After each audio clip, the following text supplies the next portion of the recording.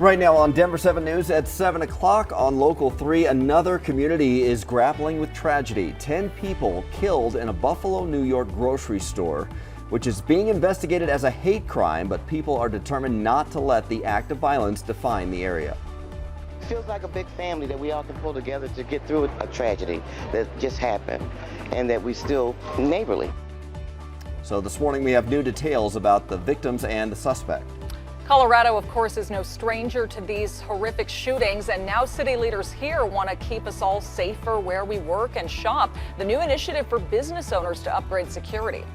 And the Avs are back on the ice, gearing up for round 2 of the playoffs, which are finally set after 8 days without a game for the Avs.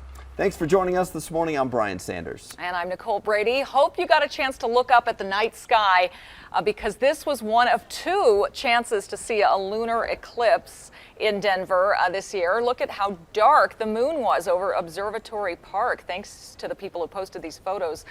The Denver Astronomical Society brought out telescopes and binoculars so people could get a better view. The next lunar eclipse that you can see from here will be November 8th. Lisa is here now. Lisa, did you stay up late to watch it? I briefly woke up, set my alarm, think I saw it, and then went back to bed. Yeah. It kind of looks like it. It was nice that we had clear skies, though, for it, because often we can obviously get cloud cover, not see much of it, but it was really pretty. Here's a look from Westminster from our camera there, and you can see skies are for the most part pretty clear. We have a pretty nice dog walking forecast, some low to mid 50s here early on within the next hour. We'll be in the low to mid 80s, about 30 degrees warmer late afternoon, early evening, so it's going to be pretty warm. This is kind of a typical spring day for us. It hasn't been like this actually the past few weeks. We've seen such windy, dry conditions. Today we get the morning sunshine and then some storms popping up in the afternoon. Timing wise, as always, right around 2 to about 3 o'clock. And we have a marginal risk here in green for some larger hail and damaging winds. I'll show you the timing of some of these storms, when they're going to roll through, and just how much warmer it's going to get later this week coming up. It has been a very active morning drive, and we have another problem. This one down on I-225 on that southbound side right at Parker Road. And you can see from the, well, you can't unfortunately see from the camera as we take a look at it. You can see some of the slower traffic that's barely moving as you're trying to get through those lanes that are blocked. But we do have a big delay. It goes all the way back to about Mississippi or so, and that's why the drive time right now is about a half an hour coming all the way through there. So it's really, really tight stop and go traffic. After that, it's about 15 minutes or so from about that crash scene area getting on down. So it's just wide open right after that crash. You can get past it here this morning. We've had several problems. A big crash between 120th and 104th. That's all cleared. Had a stalled truck on here 128th. Again, that's all clear, but still looking at some stop and go traffic to that north side of town. The west side of town's been quiet. One crash coming in around Sheridan and Alameda. I'm not seeing big delays, but maybe a little bit on that southbound side of Sheridan. Well, as you're waking up this morning, it is a scene in Buffalo, New York that we are unfortunately too familiar with, a mass shooting at a grocery store. This is being called a hate crime, and authorities are looking into the racist and white supremacist motivations of the suspect. He's accused of shooting 13 people, 11 of them were black. Here's ABC's M. Wynn. A community in mourning after authorities say an 18-year-old man drove 3 hours to this Tops-friendly supermarket in Buffalo, New York, to murder innocent people because of the color of their skin. Active shooter at the Tops. There are still shots being fired. The horror unfolding Saturday afternoon when police say the suspect, Peyton Gendron, live-streamed the massacre, firing about 50 shots, killing 10 people, all black victims. This morning, the police commissioner saying it could have been worse. We have uncovered some information that he had plans to continue on if he got out of here and look to shoot more people. Among the victims, the hero security guard, retired Buffalo police officer Aaron Salter, who reportedly landed several gunshots on the suspect but didn't stop him because of the body armor the shooter was wearing. Salter is credited for saving lives before he was shot and killed by the gunman. 77-year-old Pearl Young, who ran a local food pantry, also killed. Her younger sister praying for everyone involved. I pray she had no pain, that it happened so quick and she was gone like that. And I also pray for that young man.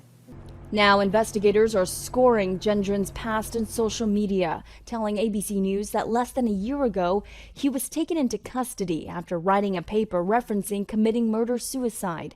No charges were ever filed. Former classmates saying, "He just gave me a weird feeling in my stomach." The semi-automatic rifle used in the attack bought from Vintage Firearms not far from Gendron's home.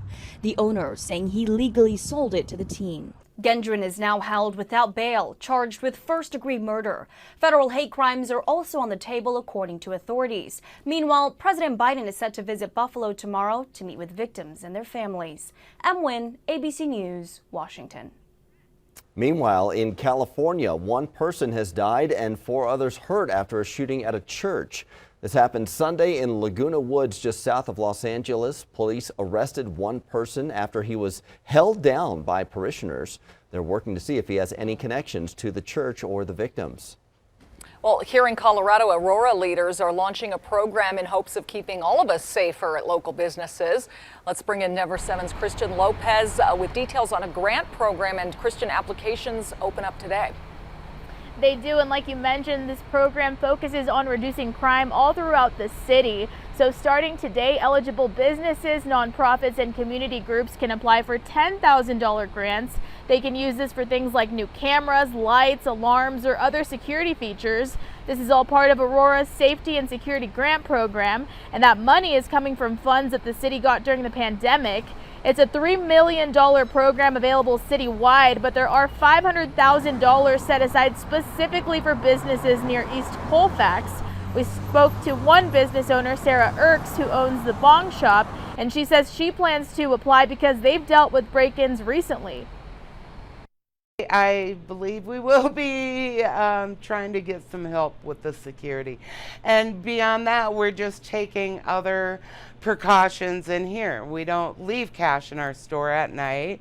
We no longer leave vape pens in our store at night because it's an easy grab. We have to remove stuff and put it in safes now, and it all takes more time, but we're trying to protect our assets. There have been a lot of break-ins, and so we are trying to find a way to help these small businesses kind of deter thefts in their areas.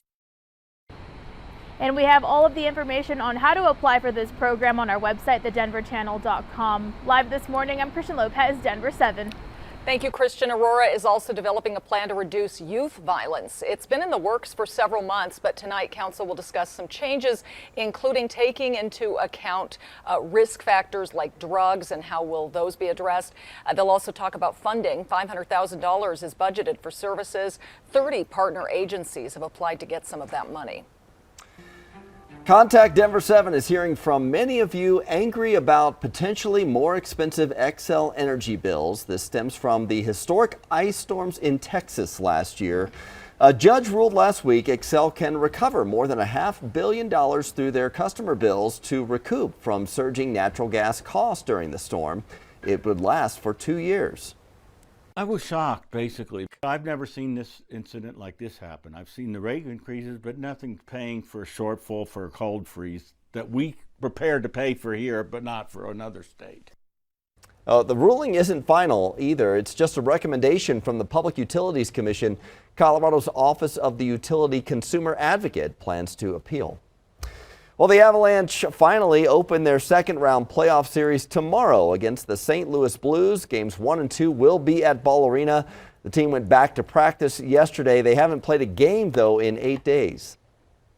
You know, playoffs are the funnest time of year to play. And, especially playing at home here in front of the crowd was so fun in the first round that we're really looking forward to getting started again here. We want to get going here. Obviously, you don't want too long of a break, but at the same time, you just have to do the right things and make sure that you're not losing that touch that we had every other day in the first round. Yeah, hopefully they get right back to it. Puck drops at 7:30 Tuesday night. Meanwhile, the DU men's hockey team received a shout out from the Rockies over the weekend. They were able to show off their national championship trophy to manager Bud Black at Coors Field. The Pioneers won their 9th national title in program history earlier this year. This morning, local astronaut Jessica Watkins will talk with students from her old school, Fairview High in Boulder. She says students should chase their passions. I would just encourage them to dream big. You never know when those dreams may come to pass. And to really just continue to find something that they are passionate about and just pursue that relentlessly. Find mentors who will help you pursue it, find opportunities that will help engage you in it, and just stay steady on that path. If you want, they'll get to hear some more inspiring words from Watkins today during that session. Watkins is the first Black woman on an extended mission in space. She will be part of the Artemis mission to the moon as well. There's no end in sight, unfortunately, to a baby formula shortage. The suggestions from the Better Business Bureau if you're in need. Plus, I'm John Matarese. The home rental scam strikes again. So many people being lured in by pictures of beautiful homes that are not really for rent, but you need to watch for. Coming up.